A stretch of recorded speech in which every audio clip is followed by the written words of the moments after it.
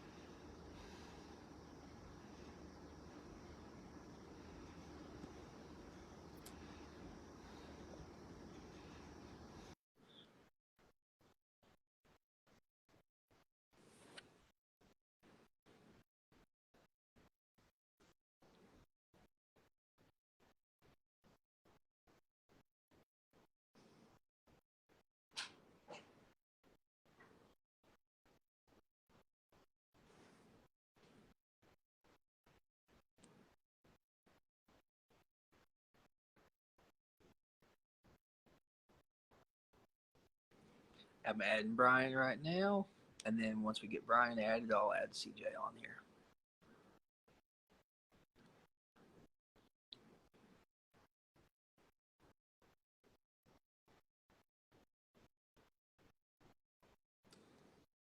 All right, let's try CJ.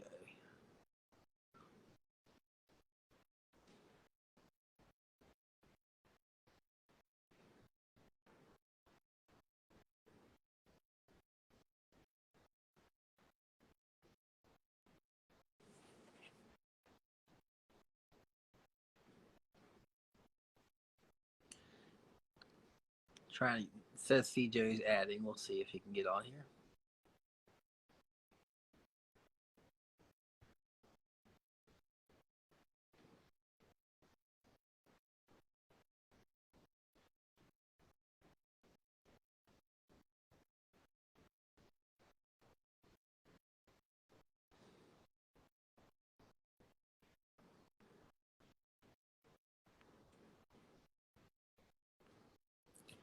Keep saying adding, so hopefully. Hey Zach, how are you doing tonight?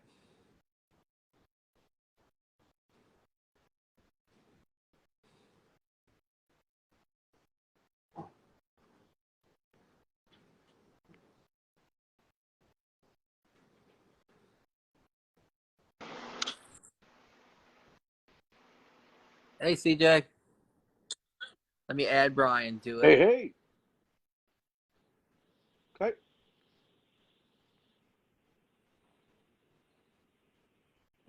I think he's going to be the main one asking questions tonight, MCing. I get to sit back and listen, I guess. Nice. CJ, what's up, buddy? Good. What's up, man? How are you? How was your weekend, Brian? It was pretty fun for coming back out. Knock the dust off? We put it as Slim Shady, Guess Who's Back, to AC/DC, I'm Back in Black. Nice. It was pretty fun. It was more of a friendly wager competition, but doing all four meats plus the side and dessert was different for me. But still, it was fun just knocking it out of the park. You had a good day. It was pretty good day. I was excited with the bring home pay. Let's just say that. Always. The 4-category thing, I'm going to have to get started into that one of these days. It's fun. It's just, if you don't get your timeline down, it can be very time consuming. So make sure somewhere you write everything down so you're not trying to remember it, even though you're going to forget stuff, even if you write it down. But it gives you a little bit more leeway time on sitting back down in a chair and getting off your feet. Yeah. Hopefully you get the big hopefully you get the big meats That's off important. before you start messing with chicken and ribs, or it gets to be a pretty Yeah. stressful.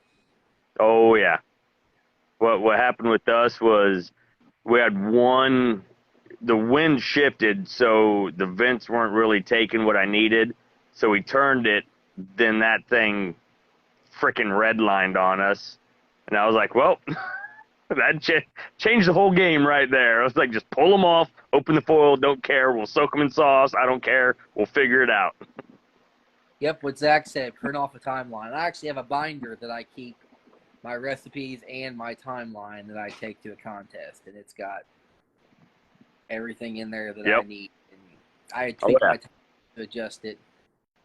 I usually do mine a half hour before I normally would. That way, if something does happen, if they're cooking too fast, no problem. If they're not cooking fast enough, I got that extra 30 minutes. So, All right, Absolutely. what's going on? What's up? Just hanging out outside today. We cooked some pork steaks. Getting ready to do an amateur pros and Joes competition here in a few weeks, and I am sponsoring my 12-year-old stepdaughter Josie. So I got her into the world of pork steaks today. So we sweated our butts off, and but it was successful. Again, with the timelines, I explained to her when we start and when we end. We had to. Mom was the judge, so it was like, hey, dinner has to be ready at this time, and we succeeded with that with a real quality product. So it was a fun day. And then you jump in the pool and have a couple. Now she beat you, right? Well, we're doing it together. I'm the pro, she's the Joe. So I'm her mentor. Yeah, awesome. Yeah. Fun day. About 115 out here. Now you're up by St. Louis, right? Yeah, a little town called Smithville, Illinois. I've heard of it. Out here in the cornfields. I used to live in Southern Marion, Illinois. So okay. It's not. I mean, it's not too far away. You're here, closer yeah, to St. Louis. You know where than I'm I at. was. Yeah, we're probably get there in less than an hour, I would think, downtown. So, because I worked downtown for 7 years, and I'm happy to not have to take that drive anymore. Yeah. Now you got your brand is BBQ Madman. What got you involved with all of that? So it was so I obviously working in the restaurants. I'm a restaurant guy, right? So working in the restaurants, wanted to develop my own rubs and sauces and get things going. It's cheaper that way if looking at a profit standpoint. And when I started competitions and then I started doing specials in the restaurants, there was a guy and he said, all these specials you come up with, you're like a madman. You're a barbecue madman. And I said, sounds pretty nice. Has a nice ring to it. So we kind of went with that. And working down next to Busch Stadium, I don't know if you guys follow sports at all, but Cardinals just swept the Cubs and the Yankees back to back. But the bar I worked at, huge bar, patios, there was a calling for everybody wanting my rubs and sauces. But I can't just give it to them in a souffle cup or anything like that. You can't take that into the stadium. And so there was a lot of lost sales there. So I decided I'm going to open up a sauce and rub company. And that's really about it. That's just where it went. We're celebrating our 4-year anniversary this month on the 21st for being in business. And we've just taken it in stride and getting more sales, more meat markets, more, everything like that, grocery stores, just doing the work, foot to the concrete. Are you doing this distribution yourself, or do you got someone doing that for you? Yes and no. I have a couple different distributors, and then we still go through the doors as well. I'm not going to say there's probably not 2 cases of each in the back of my car right now, because Yeah, I might holler at you offline about some distribution stuff. Not a Yeah. problem. I'll So always take the time to talk. that pretty much put my second question. What point in life did you think you could do this? You pretty much answered that when you said everybody was begging you for it. Right. And that's, it's supply and demand. You listen to your customers and doing these these off the wall things, these concoctions, and people are just wanting to buy stuff out of the house at this point. They're like, hey, you want to make some of this, and I'll come by and pick it up. It was whatever it is.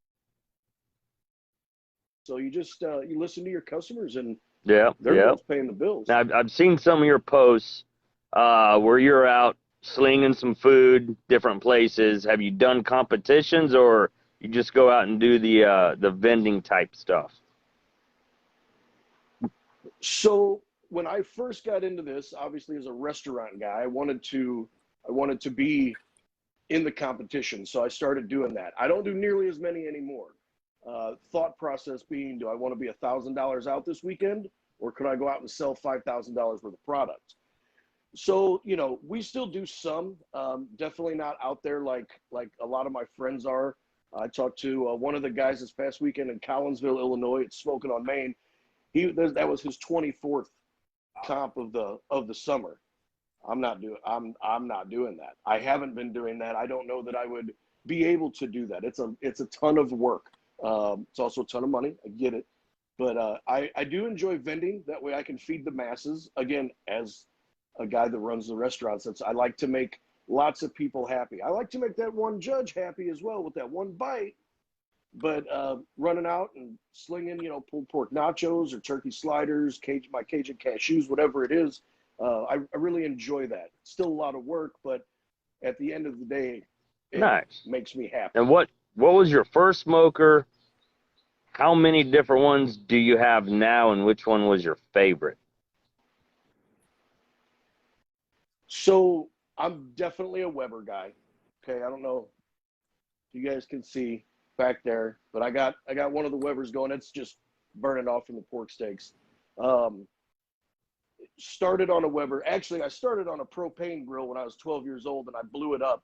Leave the lids up, kids, whenever you're starting your propane grill. And so I went and I switched to just a 22 Weber, and that's stuck with me for a while. I've been through 3 or 4 of them. The 26 that I have back there now, the Weber Kettle, that's my baby. That's my workhorse, and I use it 4 to 6 days a week. Know the thing in and out. And then the Weber Smoky Mountain is something else that I have. I did just order 2 Hunsacker drums to start playing around on. So I can't say what's my favorite because my new ones are still coming. Nice. Yeah, you can get Hunsacker makes the Vortex charcoal box for those Webers now for the Smoky Mountains. I have one. Yep. Yeah, what's your thoughts on that? I actually did an experiment this weekend and just put the Vortex plate on top of my fire basket in my drum smoker that's just homemade, and it stabilized temps ridiculously well. There was not near the spikes because it was beautiful. It wasn't dripping directly on the coals to cause spikes in temp, and it kind of stabilized everything, and you could actually see the air as it was coming out spinning out of the vent. So I've actually contacted Mark. I'm thinking about putting one on every one of my drums. Beautiful. Yeah, no, that's a big point for me. A buddy of mine that we do, backyard stuff and we compete together, Chris Fassel, he's probably watching right now. He actually built a drum and added the Hunsacker parts to it, and he just absolutely loves it. And I actually had a chance to meet Mark this past weekend in Collinsville, and he ran me through everything, showed me all how everything works, and man, like this is a go. Let's just grab them and let's just get it. So yeah, those are ordered. I should have them out in about 3 weeks, I'm thinking. Nice. I'll be 2 weeks out. I'll be up in Excelsior Springs, helping out Weekend Bum Kevin Hesse. He runs on 4 Hunsuckers when he does them, so it's pretty fun learning about them and getting to run them whenever you can. I know that. Yep, I'm super excited. Actually, I talked or I was texting with Kevin today Nice. actually. So that should be sounds like Oh, it's sounds going to like be a fun fun. time, man. It's going to be fun. He's going to yell at me quite a bit, like normal. Oh, yeah. It's all right. Free Thick skin, food. right? All right, so next one would be Can't beat it. what kind of, I mean, I know you got a big old box of Prairie Fresh that came to your house, but what kind of meat is your favorite to cook and what's the least favorite? All right. So over the years, I really love to cook St. Louis style ribs, right? That's the I guess the moniker for me. But if I had to pick one thing, it would have to be tri-tip. The satisfaction of cooking a steak for an hour and a half, and then the marination process overnight, to take that long to just cook a steak, if you will, to the buttery endness of what it is. It's the most satisfying thing to me. And they can be used for so many things. You could be just fork and knife it. You can make fillies out of it, wraps, whatever you want. It reheats pretty well. If you have leftovers, there's not usually leftovers. But as far as the least favorite, and I hate to say this, but pork shoulder, because I've probably cooked 10,000 of them. It's like I don't enjoy pulled pork anymore because I've been around it for so many years. It's so long. It's a great piece. I enjoy to cook everything, but and it's very forgiving. But as far as just like the end result and what I'm looking for, as far as looking forward to eat or serve or anything like that, man, I've cooked so many butts over so many years, decades, that when it comes time to do it, it's just like, oh, okay, guess this is what we're doing. So I know that's probably an unpopular opinion, but it is. It has to be the answer to my completely question. agree with you. I had not cooked a pork butt in about 2 years because when I first started barbecue, that was all I cooked, and I wore myself out of Right. pork butts. I'll start them when I have to cook them for Yep. competitions, but otherwise, I could go the rest of my life without probably a pork butt again. So when I was downtown, I would have to cook about anywhere between 72 and 90 slabs of ribs a day. And I never wanted to see a rib ever again in my entire life. And then once I stopped and we moved on to this new project and I wasn't doing that every day, it's like, I really want some ribs. And so that's just kind of where it went. Was when it becomes work, it just becomes work. So I get what you're saying, and I'm glad you understand. There's what I'm Brian. saying, so. We lost him at one point in time. I don't know what happened. I don't know either. He's back. Shady's He's back. back. Again, like normal. Back Sorry about again. that. So you got through that question. All right. No problem. Yeah, we did. Okay, so hopefully we don't drop out, but what flavor profile do you like? I know you and I have kind of talked on the phone chit-chatting about profiles, but do you like more sweet, more spicy, a little bit of both? So I'm a hothead. I like spicy, but one of the things I've always said is you have to know what other people enjoy as well, because I'm not the one purchasing the product. I'm not the one judging the product. I'm not doing that. So there has to be a real good balance. So the way I do this is with pantries and pantries full of rubs, is I have them separated into salt, flavor, and sweet. And so I just play around with all that stuff, and I try to get a little bit of everything in there. You need salt. You have to be salty. You have to have a little back end heat. I don't do much because, you need to feed them 8 to 80, whether it's your kid or it's your grandma. You want it to be, just a good roundabout way. And then, obviously you have to have your smoke in there, and it needs to be a little bit sweet. So I've really been not moving away from my products. I still use my products on the daily, but been trying other people's things and just figuring out what's out there in the world. So, it's barbecue. It's gonna be sweet. That's what people like, and so we try to go for that. Plus, it helps with color. We don't cook the temp, we cook the color, and that's what that's what I've always said. So you got to have that little bit.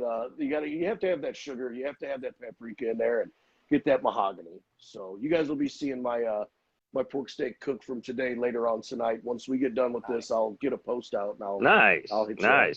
Now, with your whole setup, your rubs and your sauces, which ones are your favorite and the ones you use the most of? So what we use every day is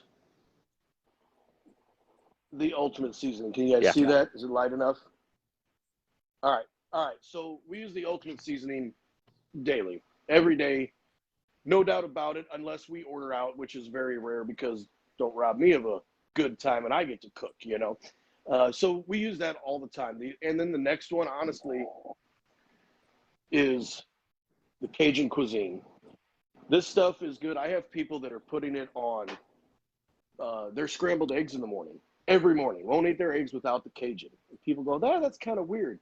It's really not that weird. It works. We've put it on popcorn.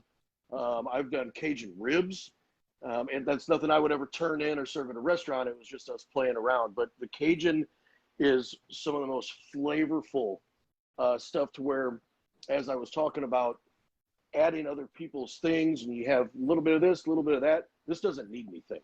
It's also low salt for health conscious people out there. It has all of the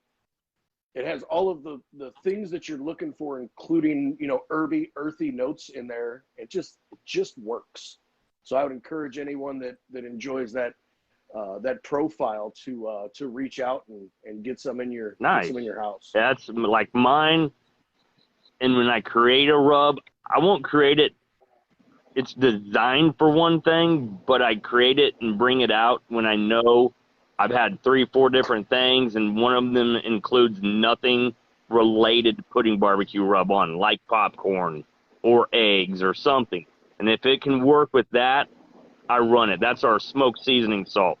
That thing is our table salt now. It goes on everything. It's got your pepper, little bit of sugar, hickory salt, pepper. Yeah, I mean, it's just, we love it.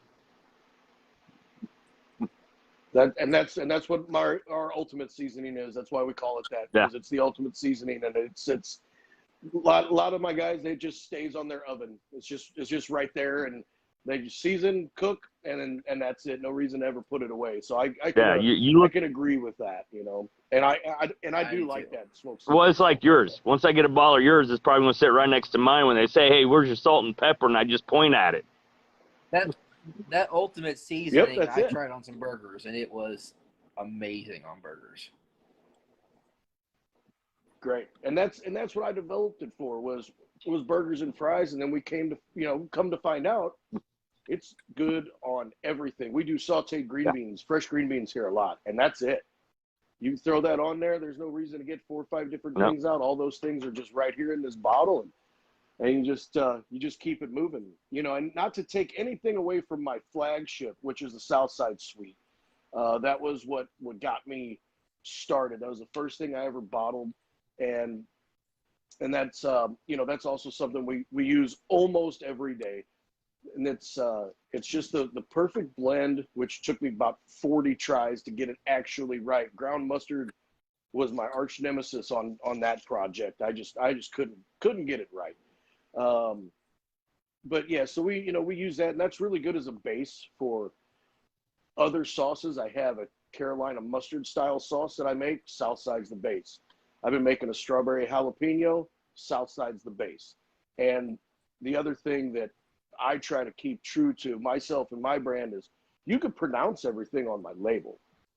Anything on my label you can either have at your house already, or you can go get it at a store. There's no weird chemicals or anything like that. I wanted to keep it clean because as people now are getting a little more health conscious, especially at our ages, I just wanted to make sure that, the things were good.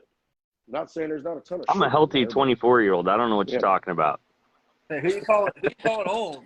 Right. I just said as old as we My age are. is no secret except to Facebook. I'm 46. Facebook thinks I'm 100 and something, That's right. so I get the AARP stuff all the time in the mail. Nice. All right, so That's great. during your comp years, well, let's do this first. Restaurant background, obviously, we went through that. How you got your stuff going. When you left the restaurant industry, what was your line, or what was your drive, so to say, just to go straight into vending? Because that's, I mean, unless you had everything to go vending, that's a big jump. It's kind of like me saying, okay, I'm going to start a food truck. I got to go spend all that money to get all that stuff. What was your drive to get going right out of the restaurant? Well, so I mean, it's and I'm still in the restaurant industry, but in order to reach the people that may not be able to come to you, you have to go to the people. And so that was something. It's just like it's just like with shipping with my product. I can't sell to you in California face to face, but I can ship it to you. Well, if you're not willing to come to the cornfields of Illinois and you're over in St. Louis, I have to go to you to get that. And that was really what made the catering and vending area of what we do exciting, was to just be able to reach a whole new background of people. It's hard for me if I say I'm going to make a sale on one of my rubs. Well, all my friends and my Facebook friends, everybody, they already have my stuff. They already have other people's stuff because they're all barbecue guys. So I need to reach out to other people that I would have never known. And that's how you do it, is by getting out, going, cooking meat in a parking lot, selling to anyone and everyone that walks up, and just getting the flavor to it. So it's kind of expanding your demographic by doing that rather than just having a brick and mortar. Exactly. And it's somewhat like having a food truck. We just don't do it every day. Sorry, it was hot out. My phone's starting to overheat. So change of venue. Change of venue. There we go. All righty. Welcome to my office. So the next question we would be looking at is, what are your thoughts on finishing dust? Do you do any of that with the restaurant stuff, or do you do it with comps, if you do comps anymore? So I guess it depends on the protein, right? If it is a whole cut, then yes, I will. If it's something sliced, I try to stay away from it. Not really big on the undeveloped raw spice, if you will. I get it, it's going to hit it when it's hot, but let's face it, barbecue isn't being served hot like it came out of a skillet or fresh out of an oven. So what I like to do, like I did on the pork steaks tonight, I don't do it on ribs. I believe my ribs have enough. So what I actually do is, got some of these here. Mm-hmm. These are thumb grinders, right? And I throw whatever I like in there, and then that way it's actually being ground into a fine dust to go right on top. So definitely comp chicken and my pork steaks. I really like to do it on those things. Every now and then I also do it on sausages. If I have a different style sausage that we're making, I used to do my house rub. I used to finish it on my garlic cheddar hot link. One, you could tell the difference in the window for the expo person to pick up, but it also gave it a little bit of sweet to cut through the heat that was the actual hot link itself. So I've played around with a few things, and if it works, it works for me. If it doesn't, it doesn't. We try and try again, and just kind of go from there, and just use different people's products and use our products and different things.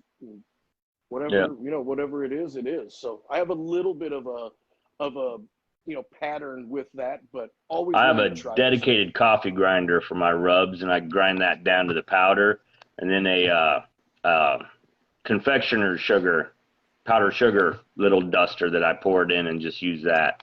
That's exactly what I Just tap your finger on the side of it, let it go. Yep, I've seen that a lot. I found these.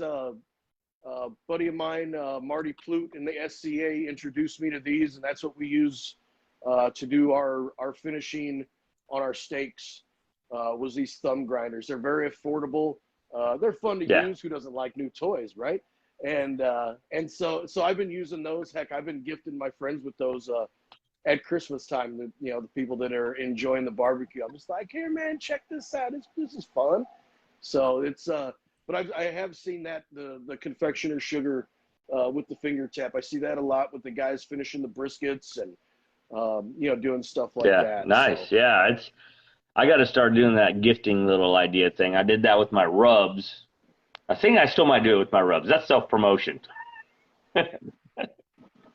Bradley, Sure. You're out this year. Sorry. No, I'm kidding. Okay.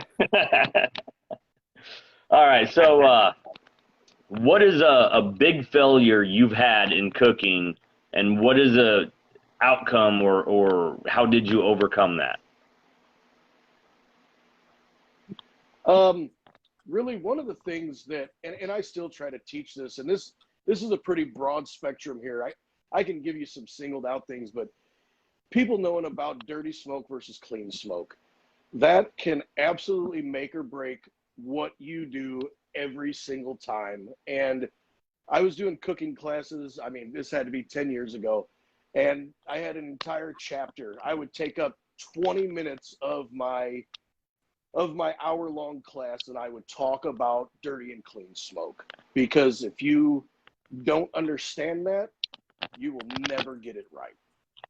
So that's one of the main things. Now, on your dirty and clean smoke, what are you selling now? So BBQ Madman's into the wood business. We have premium smoking chunks, and we got with a great farmer out here. He's about an hour away, but he has an aging process. This is not kiln dried like a lot of the things on the market nowadays. And I'm not knocking it by any means, but this is all natural. They like to refer to it as beyond organic, and it's insect free, and it's full of carbon. You clack these pieces of wood together and it sounds like you're rolling dice. It is just some of the cleanest, gentlest smoke, and it almost goes blue immediately. As long as you have your coals hot and you toss a piece in there, you're not going to get the billowing white smoke whatsoever. It goes blue super quick. So we've been having a lot of luck with that, not only doing the trials at home. I have a couple guys that use it. One of them's name is Brian. That's weird. But I have some other people using it, and they're finding success. Beer and Grill guys out in North Carolina is using it. So I am shipping it. Obviously, you're not as far as North Carolina, but shipping it out to you. Selling it online on my new website as well that just launched this week, and it's just a really high quality, but it's natural. Little bit of bark, a little bit of not bark. I know some people are completely barkless. I find that good bark can impart a different sweetness to the air inside of the smoker, and so I am not anti-bark by any means. I also don't necessarily need to be full bark. Like, I don't have to have it, but when it's there, it's there. And if it's on our stuff, it's because it's still a quality piece of Now, work. let's get into self-promotion of one CJ Behrman, BBQ Madman. You're on Instagram. All right. Can you guys still see me? I can still see you. Light on? can see you pretty good. Yeah. Now, you're on Instagram and Facebook. And before we go really in-depth into this, Yes. I just want to know where the picture of you drinking in your coveralls in the pool came from. So we were set up to do a photo shoot here at the house, right? And I got to thinking about what can I do that's fun? Because it's work. I don't know if any of you guys have ever done photo shoots. It's work. You're cooking all day. You got someone in your face. You have to look a certain way. kind of a pain in the butt, but in this business, you have to do it. And I said, man, the one thing I want, and I wasn't going to ruin my pair of Adidas, so I put my flip-flops, my sandals on. And I said, one thing I want is I want to be in the pool on a lounger, I want to have a beer in my hand and be taking a bite of a brat. That was the end shot. This is the end of the day. This is how CJ, this is how BBQ Madman ends the day. I'm chilling out. And he looked at me and was like, you're nuts. And I said, no, I'm a madman. He said, okay, that's fair. So then that's when we took the shots. And don't mind the bottle of Grand Marnier back there. I didn't have any of that. Even if you did, that was probably the best shot of the day then. Oh yeah, there was one more that was pretty good, but it's not exactly PG, so I haven't shared it too much. Maybe I'll message you later. But yeah, no, that was just one of the. I just wanted that to be the culmination of the day. Nice. So and I think it worked out pretty good. And he said, "Oh, you're not gonna just be in swimming trunks." I said, "No, I want everything on. I just want to be wear everything, just because it's, people talk about it, laugh a little bit, have a great time, and that's what I'm all about." Now getting into you on Instagram and Facebook, what got you into doing your self-promoting on those platforms, and how long you've been doing that? What do you strive for in doing that, besides the end goal of getting the name out there? Sure. It's a have to. That is just like we were saying, reaching different demographics without me being next to you or talking to you personally, which I never mind doing that. I always love to talk to people. It's what I do all day long. I talk barbecue, and that's fine. An employer of mine back in the day made me get a Facebook page. I said, I don't want a Facebook page. He said, no, you have to.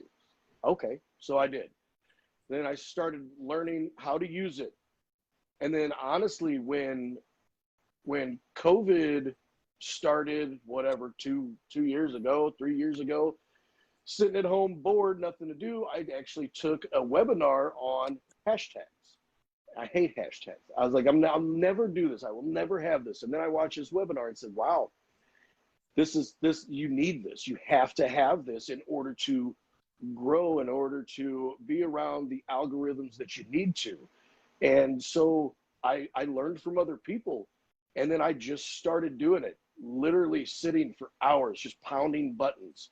And my followers started to grow and grow and grow. And it's been successful. The orders started coming in, people were taking pictures of my stuff and sharing it. And I said, well, this is a must. I absolutely have to spend time doing this. And so that's just really what it was. It's not me wanting to do it. It's me needing to do it. What's the future for BBQ Madman? What are you looking at coming up in the next 1 year, 5 years? So in the next 1 year, we've already achieved our 5-year goal in year 3. So that's good. Obviously, the end goal is I'd like to be in every cupboard in America with one product or another, somehow, some way. I.e. your Lori's seasoning salt, right? At some point in time, everybody's had a bottle of Lori's. So I would like to have that, be there. I would also like to be able to pass this business on to my son and my stepdaughter at some point and step away. And they can just, mail me checks to my beach house or whatever it's going to be. The 1 year plan now being changed is to look at more distribution for some larger markets in more diverse areas of the country. I've got 805 Barbecue out in California. They sell my rubs. I have Bell's Marketing down in Springfield, Missouri, Joplin, Ozark area. He's got a ton of places down there for me. I run Southern Illinois and South St. Louis area. My brother, who's my business partner, and my sister-in-law, they run up north it's north of 44, which is the highway up here. They run up in the St. Peters area, which is, hour and a half from here. So we're in some pretty good spots. I would just want to start expanding the distribution, because let's face it, the more we make, the better price points we can get to for our customers, and show them that the value, that not only is a quality product, but it can also show them the worth that everything doesn't have to be, which we know everything's super expensive right now. Everything is. So hopefully if we can grow that, and we can have different distributors, we can get more cases going out, that's really what it's about. That's what I'm working on. And we'll just see what happens. It's just the conversations. That's where I'm at. I set me up a 5-year goal from this year for new distribution, going around our whole area, then hitting the south. I've got a contact for the south, and I'm looking for either east or west coast to try to work after I can get these going. That way it's just hit my 5-year goal quick, but then have that 7-10-year goal, have that right there lined up, and maybe jump into that before I need to also. Who knows? Absolutely. And that's smart. I think that's what we're all trying to do. I mean, there's going to be some guys that put stuff out and they don't want to do that, because trust me, everyone, this is work. This is, we haven't quit our day jobs to just do this. This is work. And the late nights, the emails, the phone meetings first thing in the morning, it's something it's a labor of love. It's a passion, and you want to be able to see it through. And, just like with what you're saying, I believe, you believe exactly what I believe. That's where the next step lies. We have a really good base foundation. We just now we just grow it. And that's how we grow it, is with other people, because I'm not going to walk through every single door. I can't. You can't either. So every winter, like we just did November, December, 2 different week trips, turn them into a vacation, but it was driving out of state down to Mississippi, just doing a meet and greet at the store we're in. It's like, hey, I'm here. You're 14 hours away. I know. Got to do it. Right. Yep. Have to do it sometimes. Yep. Yeah, absolutely. So do you have any advice for anyone wanting to come out into the barbecue era, just a backyard guy, a new guy, doesn't know anything? Any advice for him? To come into the cooking side or the retail side? The cooking side. Okay.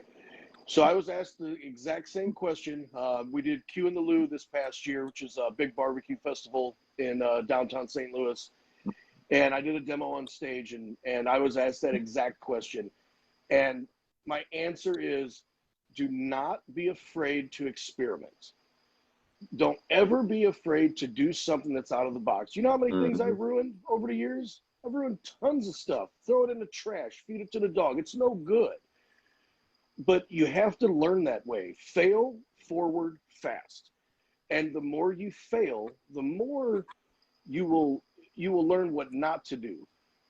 Call me, I'll tell you what to do, but you need to learn what not to do first. And experiment. Put the spicy stuff on there. Put the sweet stuff on there. Do whatever you want. Be out of the box. And just find what you like, and then you have to figure out what your judges like, or then you have to figure out what your customers like. Make sure you and your family like it first. But you will never figure that out without just doing it. You just have to get out there and spend time on it. Yeah, at the comp, we did a little late night. I invited a bunch of the other, just different teams together, come over, hang out, we snack. And CJ said, "Let there be light." I got a text that said, "I can't see you." We just invited some guys over, different teams, just hung out, got some video of it for our little thing that we got coming up here in a couple days. But one of the guys asked a question of, "What do you think I should get as my first smoker? I'm looking at a Traeger." My response was just simply point blank to him, "Why a Traeger? You don't need to spend that kind of money just starting out. Go get yourself a Weber, learn on the Weber, burn a lot of stuff before you get it perfect just to learn. Then once you learn, you didn't spend $1,500 doing that. You just spent $200. And from there, Right. I mean, I pointed mine out. I had WSM sitting right there that I cooked on. I was like, look, I'm running on these. And I'm the one that also got 6 calls out there. It was great. Heck yeah, man. You know, and I don't know where everybody's located. I know that sometimes pellet cookers are available to use in either comps. Obviously, you can use them in your backyards. I think that the going through the strenuous activity, not to be negative, of lighting the coals, managing your fire, watching your exhaust, watching your intake, like that's part, to me, that's the part of barbecue that is the love, is you have to do it. It's hands-on. I get it. You know, we've got a Southern Pride SPK 500. We use that for the restaurant because we have to be consistent, and I'm not staying up all night every night tending the pit. But that's in the restaurant. At home, man, burn them coals. You know, like just burn them up. Do it if you want to get a pellet after a while. You know, feel free. I personally have never one time cooked on a pellet smoker. Yeah, I just haven't. So cooked on a lot of different ones, but and I get it for the people that just want to cook for their family and just go, hey, I cooked the butt today or whatever it is. That could be all right with them, but get your hands dirty. That's, you know, that'd be my advice. Get your hands dirty, get in there, and learn your time. Yeah, I mean, between gas grills, pellet grills, everything, I fire my charcoal Weber up, my little 22-inch, all the freaking time just to cook because I love the taste of charcoal. Yeah, absolutely, and that's what we do here. Is if it's going to be made, I make it. If we want steamed broccoli and cheese, she makes it inside. But I cook out here. I cook out here year round. Doesn't matter whether it's snow or whether it's 0. We cook year round. There's no such thing as a barbecue season to me besides the vending events and the competition events. So yeah, that's just firing it up, having the smell. The neighbors coming by, like, oh man, what are you doing? Like, oh, got 2 slabs of ribs down tonight. Smells great. All right, you're not getting any, but go ahead. The best Christmas gift you can ever get is a Snow Joe snowblower just for you to go from your deck to the grill. I loved it. Right? I actually shoveled off. We got over a foot of snow last year, and I had to shovel off a round enough spot to put my drum to be able to cook. Yeah. Yep. Oh yeah, where there's a will, there's a way. You'll get out there and do it. Throw your Carhartts on, get your big boots on, and get out there and make it happen. You're smoking with minus 5 degrees outside. Yeah. Sure am. We just got tired of all the snow tracks coming back in the house because I'm like, I don't care. They're getting fired up anyways. So now I got me a little snow shovel to go do it all electric. I'm like, all right, this is great. Heck yeah, man. But yeah, awesome. Any of the viewers, anybody got any questions out there for CJ? Bradley, do you have any others? Trying to think. Hey, if you want to post your link to your website at the end of this or on the comments or whatever, that'd be great. That way people can try to find you. Or just just tell them right now. Also, what are any of the links you have? So you can find my website at bbqmadmanstl.com, and then my socials are just at BBQ Madman, BBQ Madman. You can find me on there. Appreciate any likes or follows. Go check out my page. I'd like to follow everybody back as well. But yeah, go on there, check it out. I try to get my shipping done pretty quick whenever we get orders in on the website. So you guys want to try out any of the goodness, just go in there and take care of it. And I personally fulfill every order. Yeah, we'll leave the links on here also when we get off, just that way everybody can see them. Sure. We appreciate having you on, and one of these days I'll get out to St. Louis and yell at you. Heck yeah, man. Thank you guys, and thank Addicted to the Q for for everything and all the fun that we have. And Definitely. Thank you, CJ. Thank you. You You the too, same. man. You guys have a great night. See All right. ya. Bye. All right. Cheers.